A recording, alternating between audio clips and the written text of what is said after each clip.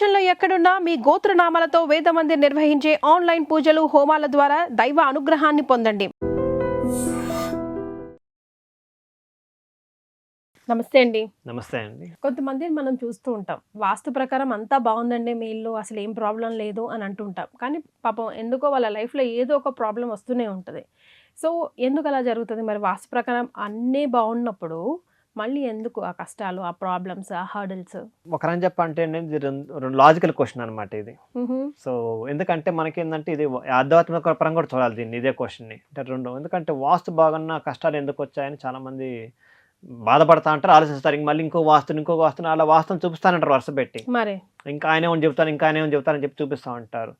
ఎవరు చెప్పినా ఒకటే చెప్తారండి, ఉంటే ఉన్నది చెప్తారు, లేని చెప్తారు. కొంతమంది అనేది లేని కూడా ఉన్నది చెప్తారు, మీరు అది కట్టారు అందువల్ల పోయింది అంటా ఉంటారు. భయపెడతా ఉంటారు. భయపెట్టకూడదండి ఫస్ట్ వ్యక్తిని. డాక్టర్ దగ్గర పోతే ఏం చెప్పాలి, ముందర ధైర్యం తెయ్యాలన్నమాట. ధైర్యం చెప్పేసి మీరు ఇదమ్మా ఇదేం పెద్ద సర్జరీ కదా, చిన్న సర్జరీ 5 నిమిషాలు అయిపోయి పని అని చెప్తారు. ఎంత హాయిగా ఉండేది చెప్పండి, అది మేజర్ సర్జరీయే. అట్లానే ఒక కన్సల్టెంట్ దగ్గరికి ఒక వ్యక్తి ఒక సమస్య వచ్చినప్పుడు దానికి పరిష్కారం చాలా సునాయాసం పరిష్కారం చెప్పాలి. అది సబ్జెక్ట్ యొక్క మనకు ఏదైనా నేర్చుకున్న సబ్జెక్ట్కి అనుకూలం అనమాట. అంతేగా భయపెట్టకూడదు. మెయిన్ ఏంటంటే వాస్తు అసలు మెయిన్ లక్షణాలు తీసుకుందండి. ఫస్ట్ ఏంటంటే ఆరోగ్యకర నివాసం క్రియేట్ చేయాలి.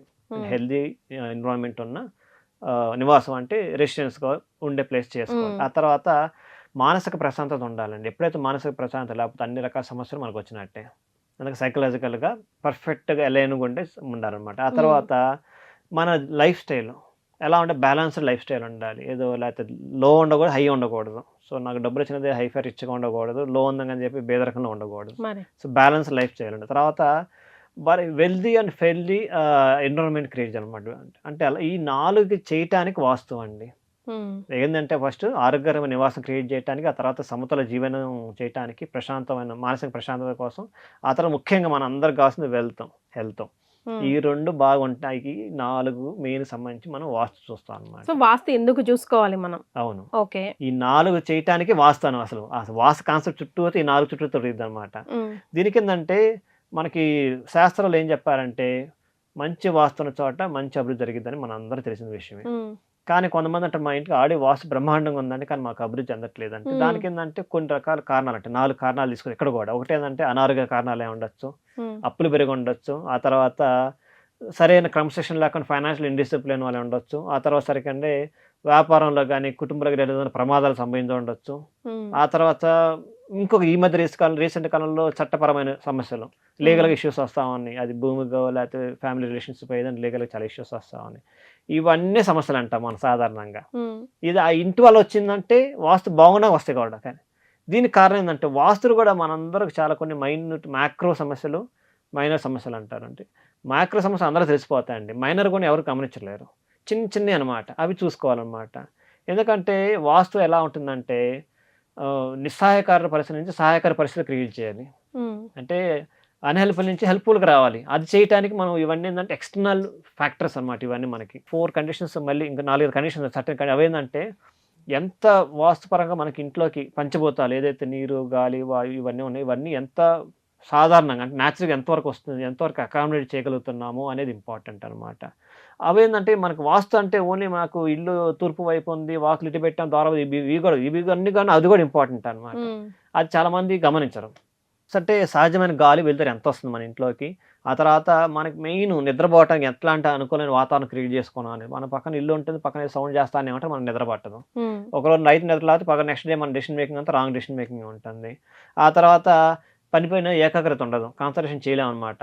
కారణం ఏంటంటే మనకి ఇంట్లో లైటింగ్ తక్కువ ఉంది అనుకుని ఏం చేస్తాం, మనకి చీకటి ఉంది, ఎంత లైట్ వేసుకున్నా కానీ లైట్ ఒరిజినల్ న్యాచురల్ లైటే, మీరు ఆర్టిఫిషియల్ లైట్. సో ఆటోమేటిక్గా దాన్ని మీరు ఏంటంటే ఆ కాన్సన్ట్రేషన్ లెవెల్ చేయలేరు. పిల్లలు కూడా అంతకంటే ఎక్కువ చదువుకోలేరు.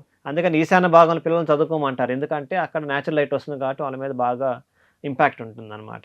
ఆ తర్వాత మనకి ఈశాన్య వాయువుల్లో లోపాలు ఉండటం వలన, కుటుంబ సంబంధమైన కమ్యూనికేషన్ గ్యాప్స్ రావటం వలన, దీనివల్ల మనకి ఆటోమేటిక్ అవి వాయువు బాగానే ఉంటుంది, కానీ వాళ్ళు కూర్చుని స్థాన బలం సరిగా ఉండదు అనమాట. దాని వాస్తు మాకు వాయు ప్రకారం మా ఇల్లు వాస్తు వాయువు చాలా బ్రహ్మాండంగా ఉందండి, ఆగ్నేయ నైరుతి అన్ని పర్ఫెక్ట్గా ఉన్నాయి కదండి, కానీ వాళ్ళు కూర్చునే స్థాన బలం కూడా ఇంపార్టెంట్ కదండి, అది గమనించుకోవాలన్నమాట. ఆ తర్వాత వంటగదిలో మనకు సంబంధించిన ఇట్లాంటి వంటగది చిన్న వస్తువులే అవి కూడా కేర్ఫుల్ చూసుకోవాలి. ఇప్పుడు స్టవ్కి ఆగ్నేయకి కార్నర్కి మధ్య ఎంత దూరం ఉంది, ఆ తర్వాత స్టవ్ నుంచి మళ్ళీ షింక్ ఎంత దూరంలో ఉంది, షింక్ తర్వాత నైసాన మూలకి ఖాళీ ఉంచామా లేదా, ఆ తర్వాత వాటర్ సోర్స్ ఎలా ఉంది, డ్రైనేజ్ ఎటుపోతుంది, ఇన్లెట్ ఎలా వస్తుంది, అవుట్లెట్ ఎలా వస్తుంది, అది కూడా చాలా మంది వాయువులోంచి డ్రైనేజ్ ఇస్తూ ఉంటారు, నైరుతిలోంచి డ్రైనేజ్ ఇస్తూ ఉంటారు, ఎందుకు వాళ్ళకి వెస్ట్ ఫేసింగ్ కాబట్టి. యాక్చువల్గా రావాల్సిన విధానం ఉంటుంది దానికి కూడా, వాయువులో నుంచి పోవాలి వాటర్, వెస్ట్ ఫేసింగ్ అవ్వదు సరిగా కానీ వెళ్ళే విధానం కూడా వేరేగా ఉంటుంది అనమాట. ఈశాన్యంకి వెళ్ళి రావాలి, మరి అంటే బిల్డింగ్ చుట్టూ తిప్పుకొని పోవాలి. కొంతమంది షార్ట్ కట్లు చెప్తా ఉంటారు, అవి తెలిసి తిరిగి మిస్టేక్స్ అనమాట. అన్ని అంటే ఇల్లు 100% బాగానే ఉంటుంది, ఎక్కడ 1 or 2% ఎవరైనా మిస్టేక్ చేస్తాం వాస్తుపరంగా, ఇవి చేస్తారన్నమాట. ఇవి కాకుండా ఏంటంటే వాస్తు కాకుండా బియాండ్ కొన్ని ఫ్యాక్టర్స్ మన మీద ఇంపాక్ట్ అవుతా ఉంటాయి. ఒకటి ఏంటంటే మనం అందరూ తెలిసిందే ధర్మార్థ కామ మోక్షాలు అని చెప్పేసి, ఇవి ఖచ్చితంగా మనిషి మీద ప్రభావం చూపిస్తాయి. ఫస్ట్ ఏంటంటే సనాతన దృష్టిలో ఏంటంటే ధర్మం ఒకటి, మీరు ఎంత ధర్మబద్ధంగా జీవిస్తున్నారు. ఆ తర్వాత కర్మం, మన కర్మను మనం ఎవరు తాపించలేదు, పుట్టుకతో వచ్చిన కర్మను పుట్టుకతో పోతాయి అంటారు. ఆ తర్వాత పురుషార్థం అంటే వ్యక్తిగత ప్రయత్నం, మనం ఎంత ఎట్లాంటి ఎఫర్ట్స్ పెడుతున్నాము, అది ఇంపార్టెంట్. అది కాకుండా దైవానుగ్రహం ఎండ్ ఆఫ్ ద డే మనకి వాళ్ళు భగవంతుడి దైవం ఉండాలి, ఆయన అనుభవం, ఆయన్ని బ్లెస్సింగ్స్ లేదు మనం ఏం చేయలేము. మనం ఎన్ని పూజలు చేసినాక ఆయన బ్లెస్ చేసింది ఫస్ట్, అంతేకాని మనం హోమాలు చేసి అది చేసాం కదా, ఆయన బ్లెస్సింగ్స్ రావాలంటే మనం దాన్ని తగ్గట్టు వేలే వెళ్ళాలి. ఆ తర్వాత దీనికి భగవద్గీతలో మంచి శ్లోకం ఉందండి, అదేంటంటే కర్మణ్యే వాదిస్కరే మా ఫలేషు కదావచ అంటారు. అంటే మనం మనిషి కర్మని ఎవరు తప్పించలేరు, కాకపోతే ఆ కర్మను తగ్గట్టు అనుకూలంగా మనం ఫ్యాక్టర్స్, ఎక్స్టర్నల్ ఫ్యాక్టర్స్ ఎంతవరకు క్రియేట్ చేసుకున్నామో అది ఆధారపడుతుంది అనమాట. ఇప్పుడు మన కర్మ బాగాలేనప్పుడు ఏం చేయాలి, కన్సల్టెంట్ సపోర్ట్ తీసుకోవాలి, వాస్తున్నా లేకపోతే ఆస్ట్రాలజీని ఇంకోటి కన్సల్టెంట్ సపోర్ట్ తీసుకోవాలి, మన హెల్త్ బాగాలేదు డాక్టర్ సపోర్ట్ తీసుకోవాలి.